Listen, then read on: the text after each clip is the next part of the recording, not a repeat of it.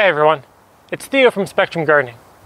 So if you've been following me for a while, or if you know us from a Facebook group, you'll know that we used to live in a mobile home park. And you would also know that space is quite a bit of premium in a mobile home park. And people would often ask me, well, how do you grow so much in such a small space? The simple answer was to grow vertically, was to go up. I outlined in a previous video that I grow my tomatoes up rebar. I also put in a series of trellises and arbors in our old place. We're actually going to be putting in 3 arbors behind me today to help maximize our space a bit more. And we'll get to that in a little bit. One of the reasons that we started making trellises like the one I'm leaning on right now is because so many people would ask us, how can you grow so much in such a small space? Well, the simple answer was to grow vertically. It was to go up. We wouldn't even try most of the time to grow horizontally on the ground. We would carefully select certain varieties that we knew that we could train up, and we would grow other things down at the bottom of those varieties to help maximize our space. I'll include a couple pictures of our old yard so you can see how much we were actually able to grow in such a small space.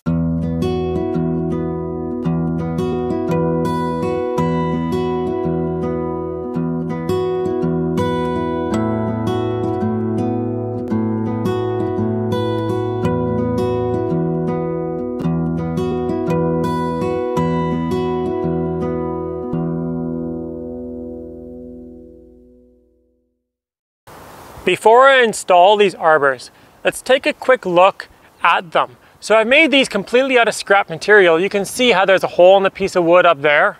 You can see how this mesh over here is kind of rusty.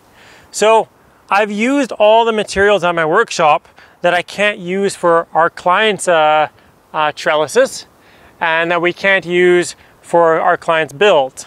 So if you take a look at like this piece of wood over here, this one's a little bit thinner. This one's thicker.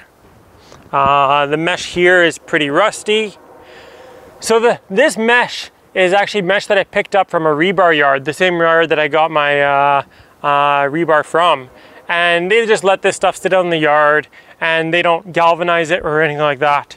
And these are actually left over from our old trellises at our old place. So I took the trellises with us when we moved, and I've repurposed the mesh here into arbors. And if you take a look at this arbor over here, let's see if I can get a good shot of it. You can see this mesh here isn't rusty, but I've actually joined in another piece in the bottom over here.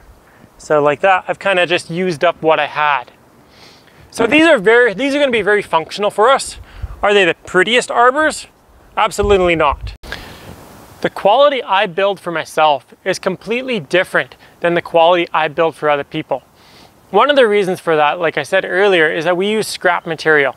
I use the cutoffs, I use the waste, I use the material that's not fit for a client's project. The reason we do that is because, to say it simply, if I use the good material that someone would be happy to pay me for, it's going to cost us money. If I'm using the good material for ourselves, I'm then out of that material for a paying client. If I use the scrap material, or if I use the seconds, or I kind of mishmash things together, for us it's still totally functional and it's just fine. And the other reason is I'm not so particular when I'm building things for myself. I have the mentality for myself, as long as it works, as long as it's functional. My seams can be off a little bit if need be, pieces can be a little bit shorter, and I'll marry them with another piece to make them long enough. I'll do things like that just to kind of stretch my material a little bit more. And you know what? For us, it's perfectly fine. For a client, absolutely not. I wouldn't be using materials that have holes in them, and I wouldn't be using scraps, and I wouldn't be piecing things together. But to be honest, we want to save money on our projects, and we want to save the material, the good material, for paying clients, and we want their projects to look the nicest.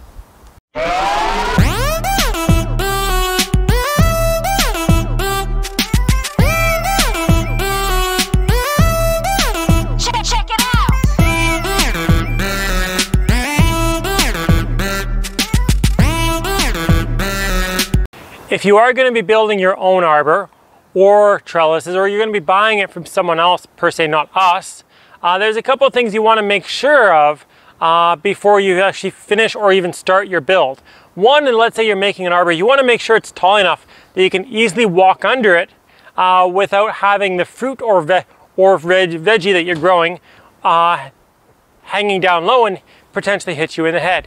You also don't want it too tall that you can't easily harvest your veggies. These arbors are around 7.5 feet tall, so they're more than tall enough for me to easily walk under it, even with some veggies growing later on. And if they are growing all the way up there, I can just step on the edge of my garden bed and I can easily reach to the very top. Another thing you want to keep in mind is weight requirements. If you're growing heavy pumpkins or big heavy watermelons or things like that, you want to make sure the arbor is going to be strong enough to hold them up just like a trellis without collapsing. So I weigh probably 130 pounds or so, plus or minus a little bit depending on the season.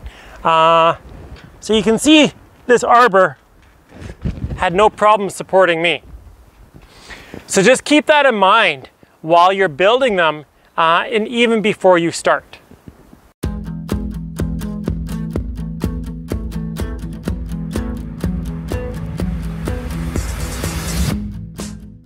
Another thing I want to talk about is the spacing of your holes.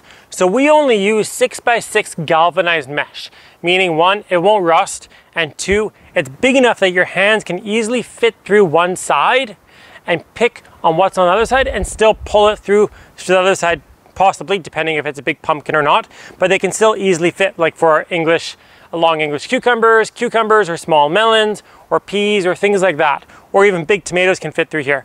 And while I don't have the biggest hands myself, I've seen some Hulk-sized hands easily fit through here, pick something, and be able to easily either pass it around to the other side while supporting it with their hands through here, or pull it straight through. Time and time again, I've seen people use like kind of 2x4, 2 inches by 4 feet by 4 inches mesh like this, and it just causes such a headache later on when they're trying to harvest their veggies or fruit. Their hands can't fit through the other side. They can only pick literally from one side of the mesh.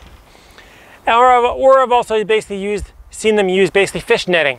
The reason I don't like that one is one, because the spacing on it, and two, is that there's basically no support.